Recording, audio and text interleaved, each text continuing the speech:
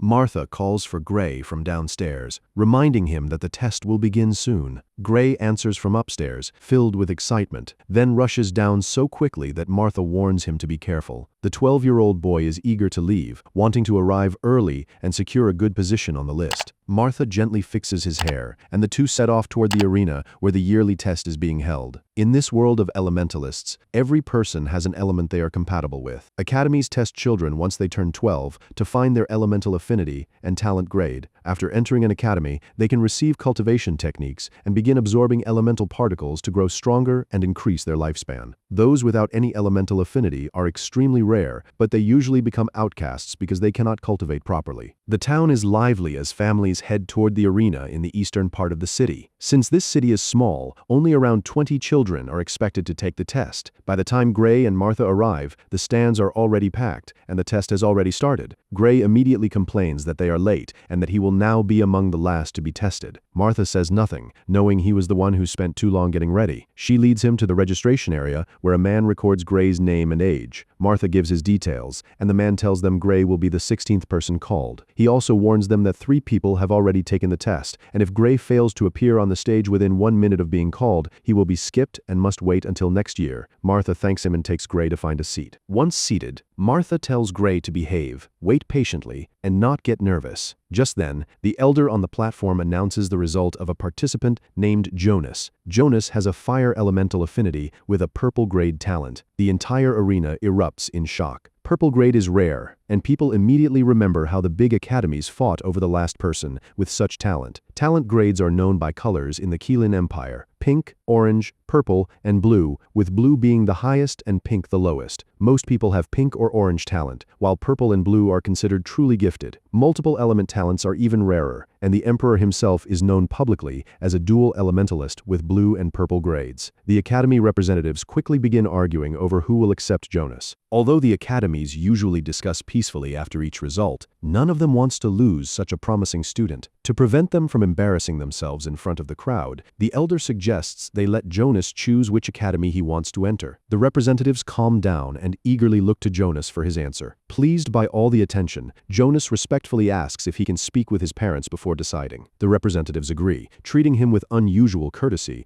because his talent means he may become powerful in the future. As Jonas walks toward his parents, everyone watches him with envy. Even Gray looks at him with admiration and a bit of jealousy, while Martha is surprised that someone with purple grade talent appeared in their small city. The elder restores order and continues the test. After the 10th participant, he calls for a short break and collects the updated list for those who arrived late. When the test resumes, the names pass quickly until the 15th child is called. Gray grows visibly tense, his palms sweating as his turn approaches. Martha holds his hand and calmly reassures him. Then the elder calls out the next name, Gray. Gray nervously steps onto the platform while the entire arena watches him. The elder smiles and tells him to place his hand on the testing stone. Gray studies it for a moment, knowing this stone will reveal both his elemental affinity and talent. Then he calms himself, steps forward, and presses his hand against its cold surface. The moment he touches it, a strange energy enters his body through his hand. Startled by the feeling, Gray almost pulls away, but the elder quickly tells him not to move. Gray holds still as the energy travels through his body, circling every part of him 3 times before leaving the same way it entered. Once it is over, Gray relaxes, expecting his result to be announced. But the elder does not speak right away. Instead, he looks at the stone, then at Gray, and tells him to place his hand on it again. Gray is confused because every other child only needed to take the test once, but he obeys. The crowd also becomes restless, wondering if something is wrong with the stone. Some parents begin to doubt the test, while Martha watches silently, hiding the sadness she already feels. She remembers that someone had told her to make sure Gray took this test, and she could not refuse. The process repeats, and when it ends, the elder checks the stone again. This time, his expression changes to shock, then sympathy.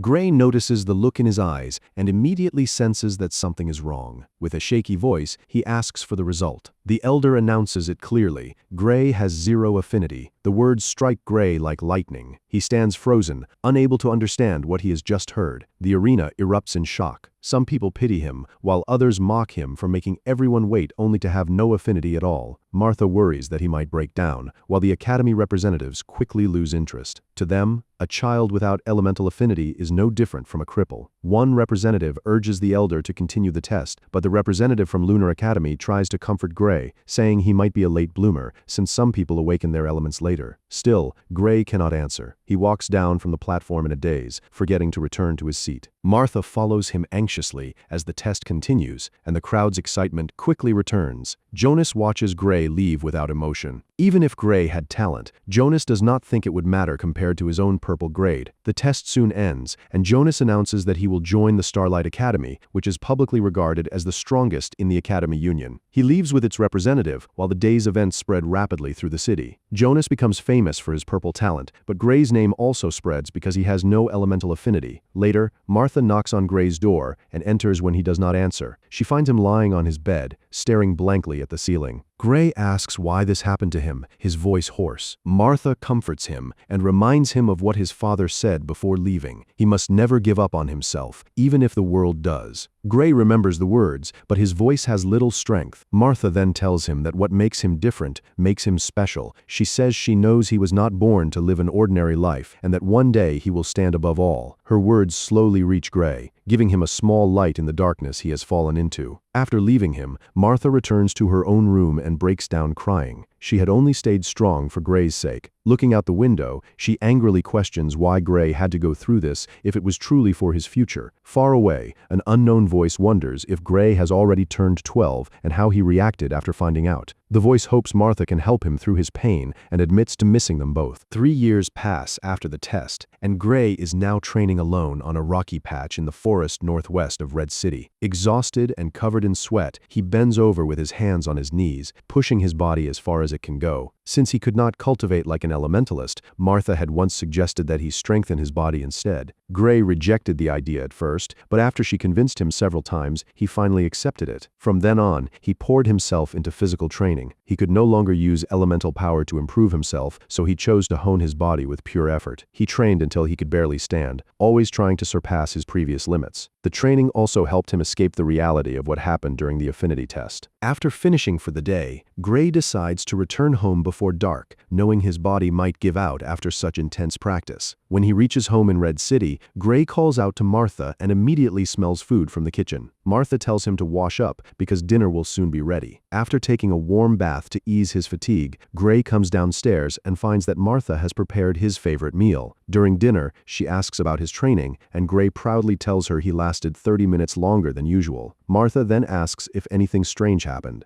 Gray notices that she has been asking this same question whenever he breaks a training record, and it starts making him uneasy. Since elementalists usually have their bodies strengthened by their elements rather than through direct training, Gray begins to wonder if something could happen to him from pushing his body too hard. Martha says nothing is wrong, but privately, she worries. She remembers being told that something should awaken after Gray turned 15, yet 5 months have already passed with no sign of it. Gray continues his routine, but his life remains lonely. Since the test, everyone has abandoned him and avoided him as if he were a plague. It hurts him deeply, but Martha stays by his side, supports him, and encourages him whenever she can. Over time, Gray learns to move forward, and when he is alone, he finds comfort in reading. Another month passes without anything unusual. Then, during one of his training sessions in the forest, Gray suddenly starts feeling hot. At first, he thinks it is just the result of training and tries to rest, but the heat keeps increasing, and he begins sweating more than usual. Panic sets in, and he quickly packs his things before sprinting home. Thanks to years of training,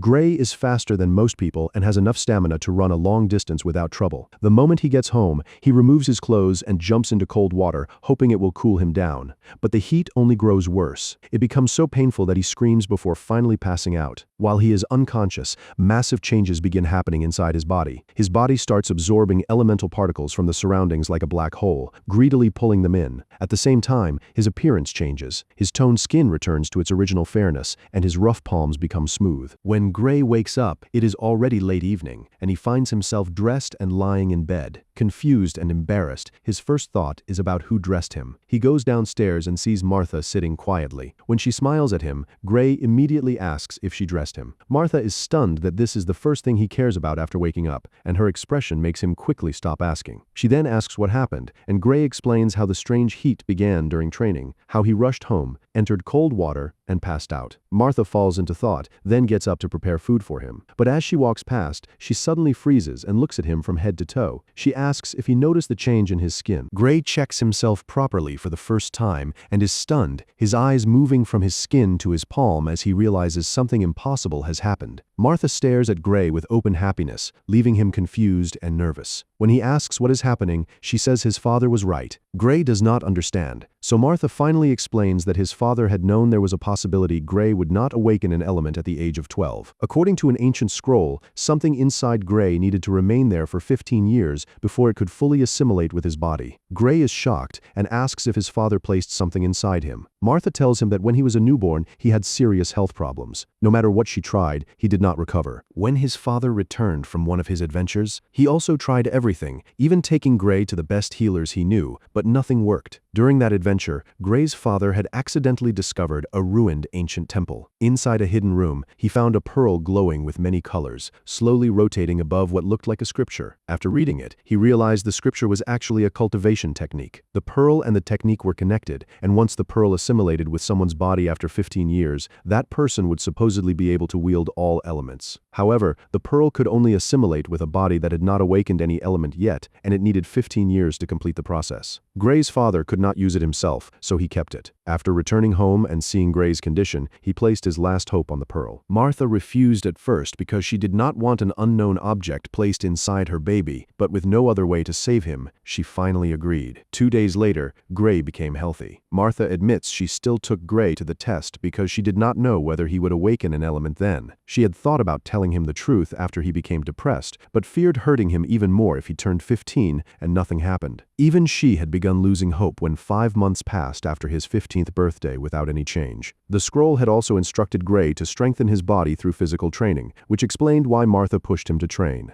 Gray is stunned, but he understands why she kept it from him. He realizes his parents had gone through so much to save him and feels grateful. Then he asks if this means he can now become an elementalist. Martha happily tells him that he can, and not just an ordinary one, but someone who can control all elements. Gray can hardly believe it. Martha brings out the ancient scroll and tells him to study it carefully. As he reads, he understands that the technique can only be cultivated by someone who has the pearl. His desire to become strong, which had died after the test, suddenly burns again. He declares that he can finally cultivate and rushes to his room to begin. Gray enters a meditative state after 10 minutes and follows the scroll's instructions. It takes nearly an hour and many failed attempts before he finally locates the energy inside his body. The next step is to move that energy through a specific pattern 10 times so his body can adjust, but he fails repeatedly throughout the night. By dawn, completely exhausted, he collapses and falls asleep on the floor. When Gray wakes around midday, his whole body aches. He realizes the technique places a heavy burden on the body, and without his years of physical training, he would not have been able to endure it. For the next 2 days, he continues trying until he finally moves the energy a little. After another week, he completes 1 full circulation and feels excited imagining himself using different elements. But during the second circulation, the pain increases sharply. Gray realizes he cannot continue like this without finding a way to reduce the strain. Since he has focused only on cultivation recently, he decides to return to physical training the next morning, hoping it will help his body handle the technique. Early the next morning, Gray wakes up full of energy and rushes out of his room. He sees Martha in the living room and tells her he is going to train. Martha notices how cheerful he has become since he started cultivating, even though he has not made a breakthrough yet. She is surprised because Gray had been fully focused on the technique recently, but when she sees him about to leave without eating, she immediately calls him back. Gray quickly eats, takes some food with him, and tells Martha he will return late before heading out. On his way through town toward his usual training spot in the forest, people begin whispering when they see him. One boy his age openly calls him trash, but unlike before, Gray no longer lets it hurt him. He simply ignores the insult and continues walking. The boy becomes angry because Gray does not respond. He and his friends are among the students who were dropped from the academies after failing to improve. Although the boy has a wind elemental affinity, his talent is low, and he is still only at the 8th stage of the collection plane, when someone his age should normally have already reached the fusion plane.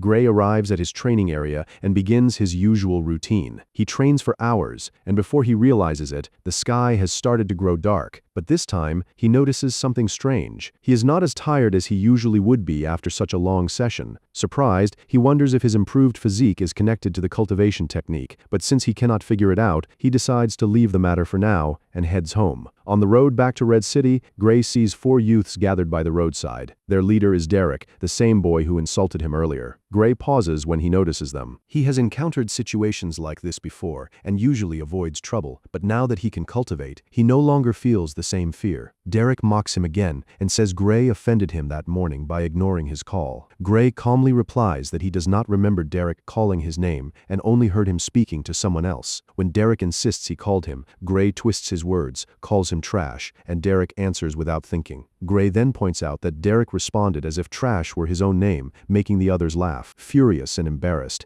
Derek orders Gray to kneel and apologize. Gray refuses, tells him to move aside, and starts walking past. Derek immediately mobilizes his wind element and launches an attack. Because of his wind affinity, he moves quickly, but Gray dodges. Derek is shocked, and so are the others, because Gray should not have been able to avoid even a casual strike so easily. Derek attacks again, but Gray dodges a second time. Though Gray feels panic deep down, his years of training have sharpened his reactions and senses. He continues avoiding Derek's attacks, and Derek grows more enraged as nothing lands. Even the boys watching are stunned by Gray's speed, knowing how fast Derek usually is. Gray tells Derek to stop because he does not want trouble, but Derek is too angry to listen. Seeing that staying defensive will not end the fight, Gray decides to act. When Derek throws a reckless wind-enhanced punch, Gray ducks beneath it and sees Derek's body completely exposed. He punches Derek in the chest, sending him flying into a tree, where Derek immediately passes out. Gray stands stunned, staring at his own hands. He had trained for years, but had never tested his strength in a real fight before. The other boys are speechless as they look between the unconscious Derek and Gray. After a moment, Gray leaves and returns home, surprised that his first battle ended in victory. He tells Martha nothing about the encounter, eats, takes a warm bath, and then decides to try cultivating again. Gray immediately tries circulating the energy again and notices a clear difference. After training his body during the day, the process has become easier and the pain has reduced a lot. He realizes he should not have stopped physical training after starting the technique. Although he complains that the scroll never made this clear, he quickly focuses on the progress in front of him and manages to complete the second circulation before falling asleep from exhaustion. The next day,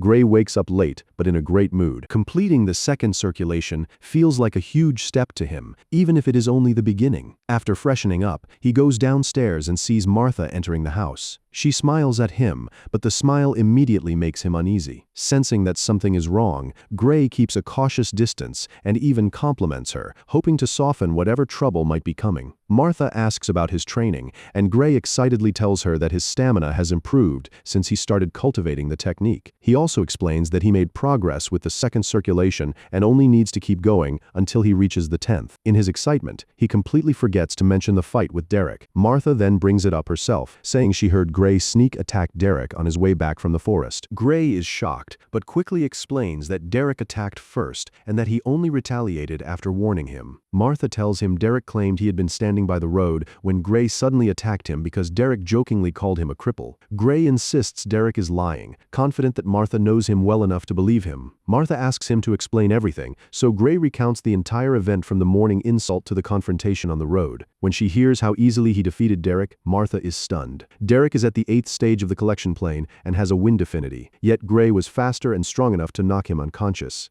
Pride fills Martha's heart, but she hides it, knowing Gray might get carried away if he sees her reaction. Instead, she tells him not to worry and says she will handle the matter. She also warns him not to let something like this happen again and tells him to focus completely on cultivation. Gray agrees with determination, promising to work even harder. From then on, Gray changes his routine. He trains his body during the day and meditates at night. A month passes peacefully, with no trouble from Derek or anyone else. Gray uses that rare calm to focus fully on improvement. During that month, he reaches the 7th circulation. Each new circle becomes harder than the last, but he keeps pushing himself, always trying to surpass his previous limits. Another month passes the same way. Gray continues his intense training until even Martha begins to worry. At one point, he returns home looking so exhausted that she forces him to rest for a week. Even while staying indoors, Gray keeps meditating, refusing to waste time. By the end of 2 months, Gray completes 9 circulations. Only the final one remains before he can officially step into the realm of elementalists. Excited, but more careful now,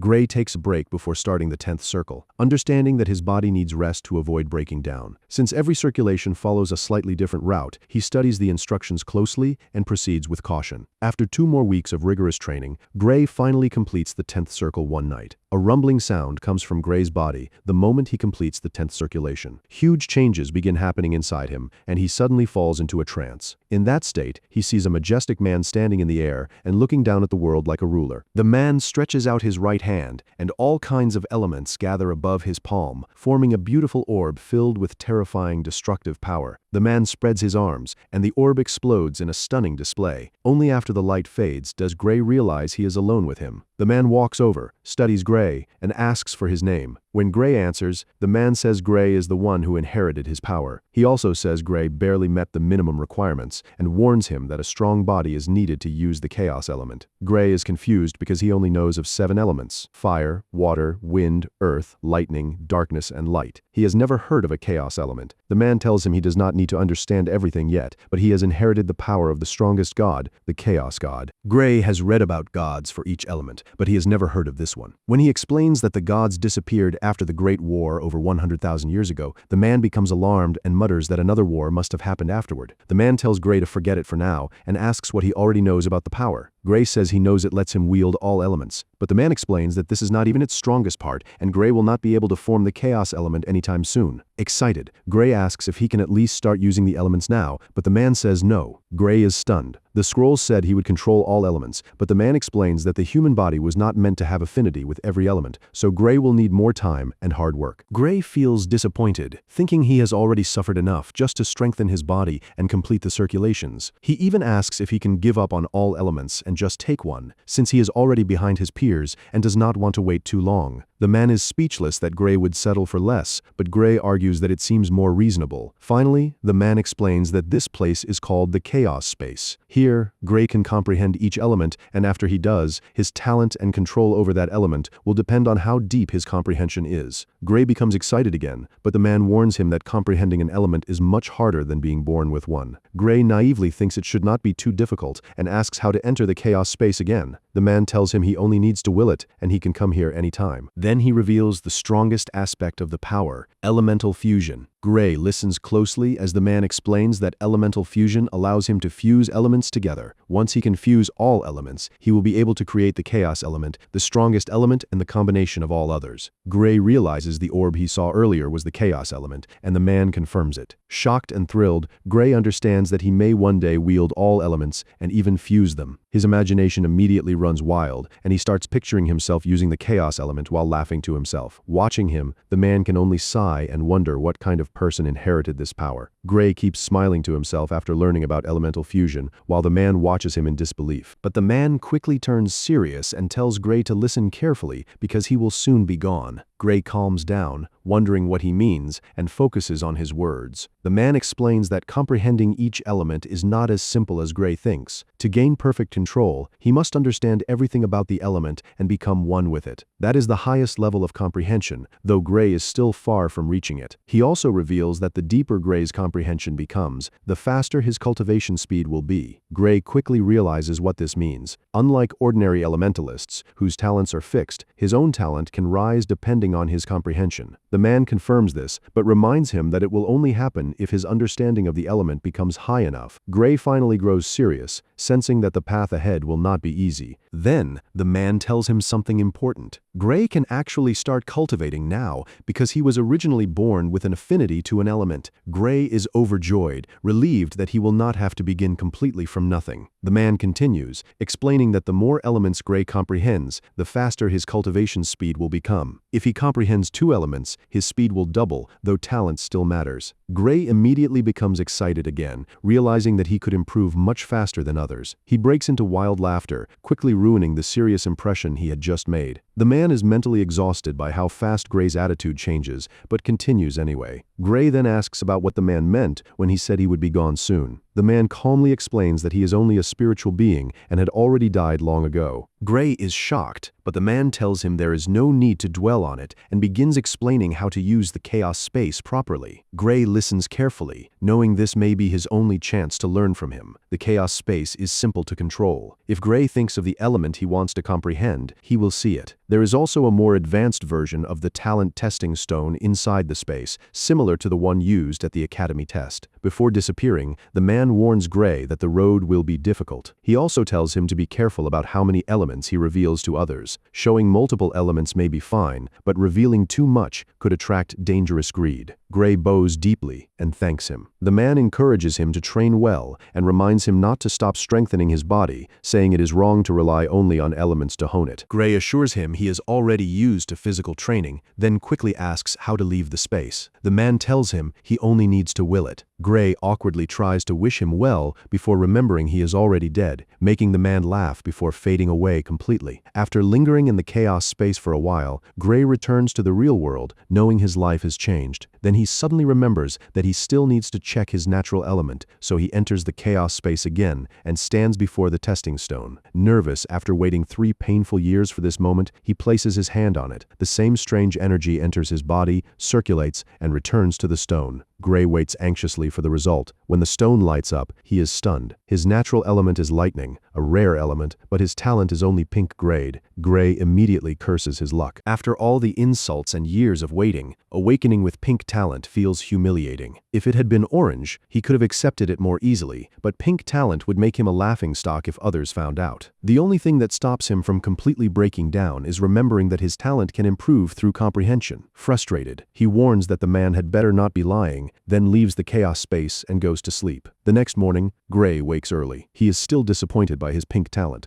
but he cannot hide his joy at finally being able to cultivate. What he needs now is a cultivation technique for his lightning element. The technique connected to the pearl only helped with the circulations, so he still needs a separate technique to cultivate each element properly. Since better techniques allow faster cultivation, Gray still wants to enter an academy, but he knows his current talent will never be enough. He decides on a plan. First, he will comprehend the lightning element and improve his talent. After that, he will join an academy and obtain a better cultivation technique. After washing up, he eats the meal Martha prepared and heads out. At first, he considers trying to comprehend lightning right away, but he decides to continue his physical training for now. However, Gray returns home much earlier than usual. Martha notices immediately and asks why he came back so soon. Gray says he could not concentrate, but Martha senses something is wrong. Knowing he cannot hide it from her, Gray tells her what happened. On his way to train, Derek and his group blocked him again. They did not fight this time, but they mocked him. What bothered Gray most was remembering that he only had pink talent, making it hard for him to answer confidently. He managed to restrain himself from fighting, but in his anger, he told them he would take part in the test happening in 3 months. Derek and the others laughed at him, and Derek even said he would tell the entire city. Martha asks if Gray can complete the 10th circulation before then, unaware that he already completed it the previous night.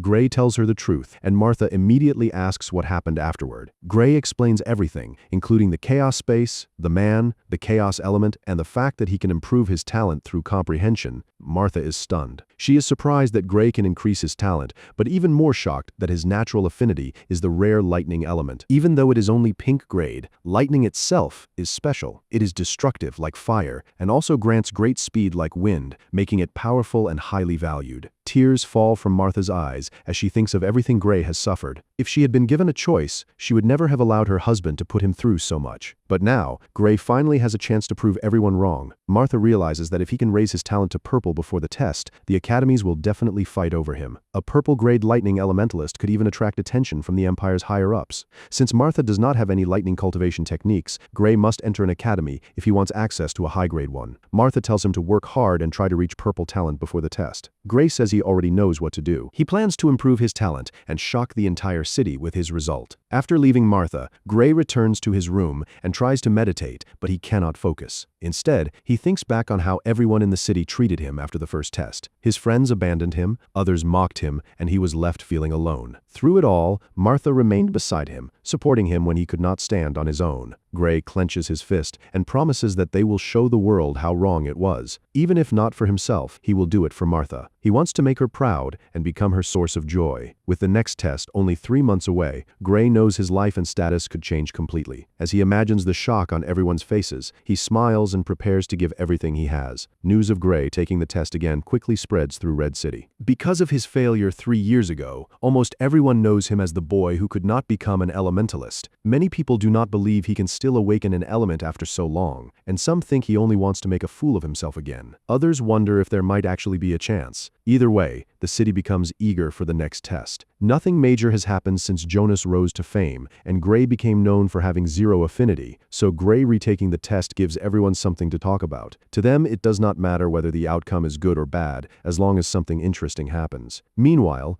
Gray throws himself into training again, but this time his focus is on comprehending the lightning element. He already knew it would be difficult, but after trying, he realizes it is far harder than he expected. For 3 days, he repeatedly enters the chaos space and studies the lightning element, yet he makes no progress at all. He stares at it so much that even when he closes his eyes, all he sees is lightning. Frustrated, Gray leaves the chaos space and tries to clear his mind. He spends an hour thinking about lightning and its nature, but still gains nothing. Doubt begins to creep in. He wonders if he will disgrace himself in front of everyone again. Even though he has finally awakened an element, he is already past the ideal age to start cultivating, and his pink talent still feels like a heavy burden. Gray knows his rare lightning element might help him get attention, but that is not enough for him. He wants to enter an academy with a good position, strong talent, and pride. If he appears as a late bloomer with low talent, he fears becoming a laughingstock again. Still, he forces himself to calm down. There is still time before the test, and he does not want negative thoughts to slow him down. Martha worries less now that she knows Gray has awakened an element, even though his talent is poor. With his ability to improve through comprehension, she believes his talent will not remain weak forever. She also knows how stubborn Gray becomes when he truly wants something, and she understands how badly he wants to prove himself. Some people close to Martha bring up Gray's decision to retake the test and advise her against it. They fear that if the result is bad again, Gray may break down completely. Martha tells them it is not her decision to make. Gray is no longer a child, and if he wants to take the test, he must have his reasons. She also says he assured her the result would not affect him too badly. Some people think she is being as rash as Gray and leave angrily, but Martha lets them go, knowing they will understand when the time comes. During dinner, Gray tells Martha how hard it is to comprehend lightning. Martha gently advises him not to expect success immediately. She tells him everything takes time and perseverance, and that talent means little if a person is lazy. Someone with average talent can surpass a gifted person through hard work. She reminds him not to compare himself with others and says people only care about the result, not the struggle behind it. Gray listens quietly as her words settle in his mind. He often feels Martha is unusually wise, though he never says it out loud because he knows how fierce she can be. As a water elementalist, she can freeze things, and Gray remembers how she once froze his father during an argument. She has never told him her talent grade, but Gray believes it is at least purple, maybe even higher. Because of this, Gray never tries to upset her. When Martha decides to punish him, she freezes his legs to the ground so he cannot run, then trains him as much as she wants. Thanks for watching, guys. Hope you like the video, so hit the subscribe button and stay tuned for the next part and more upcoming videos.